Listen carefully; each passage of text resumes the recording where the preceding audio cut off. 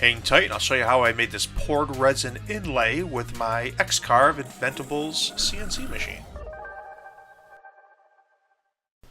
Now you can use any software you want to create a SVG, which is a sizable vector graphic.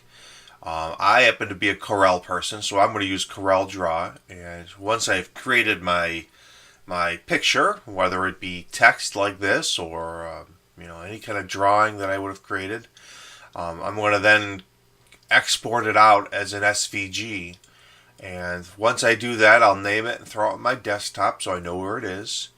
I can bring it right into Easel and create a carving from that.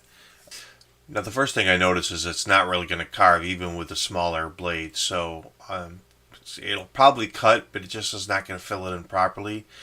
So I'm going to log and move it over to where I want. I'm going to make it big enough here so that there won't be any errors in cutting. That'll cut it all out properly. Let's take a look at my results here from sending it through after I set up my material and my bit size and started it up. And here's the results.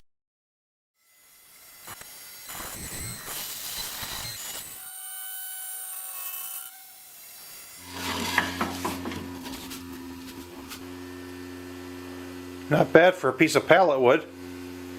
Alright, let's go ahead and sand it down.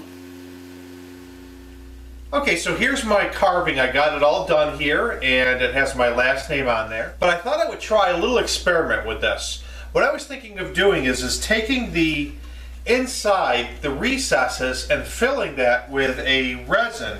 What I have here is a clear polyurethane resin with a catalyst to get it going, and I would use these combination of resin and catalyst along with a bunch of these powdered dry pigments.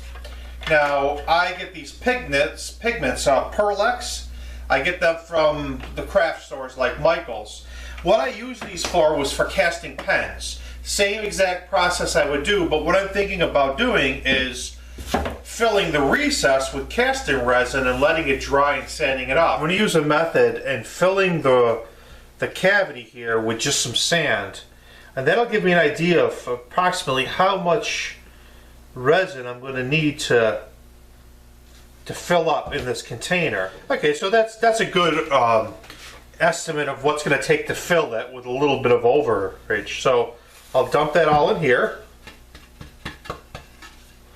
and then I can take this and pour it into a small little Dixie cup, which tells me that should be filled at about this high. Now what I'll do is I'll go ahead and pour this into the height that I specified here. It's a little bit more than I need. In there, I'm going to go ahead and add on the pigment. One of the tricks I found for mixing casting resin is just to chuck up a piece of a dowel or a piece of wood in your drill and just go nuts with it. Let it mix up. You give it a chance and you get a feel for what it's going to look like.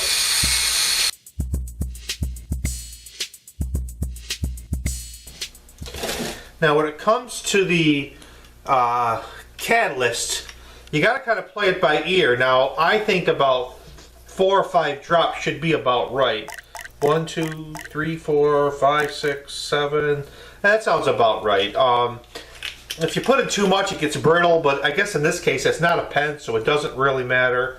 And this is what you really want to mix this up really, really well. And now what I want to do is pour this into the crevices as best I can. If there's overfill, it's okay, I can sand it off, but I'm going to just try to go as slow as I can go here.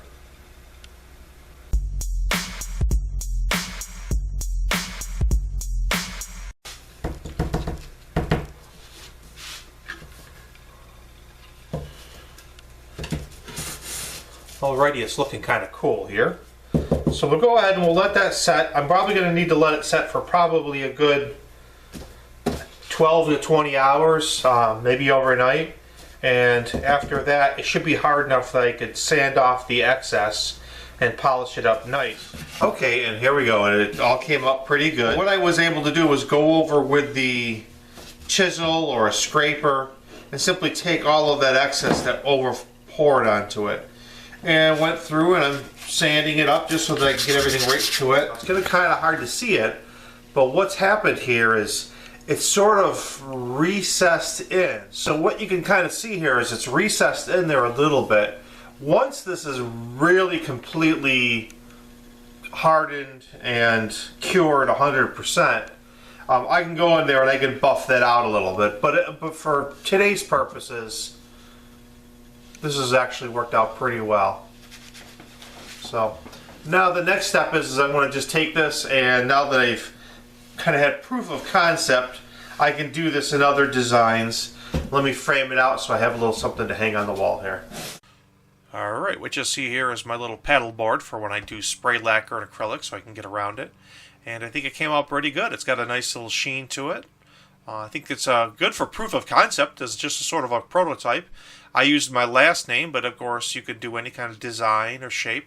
Now, of course, I'm using an X Carve from Inventables, and my CNC machine does the trick perfectly. But if you had a hand carved it out, or if you used a router, the proof of concept is perfect. I think it came up pretty good. Take a look. Thanks for taking a few minutes and watching me on The Dems World. And hope this inspires you, and don't forget to subscribe. You have a great day.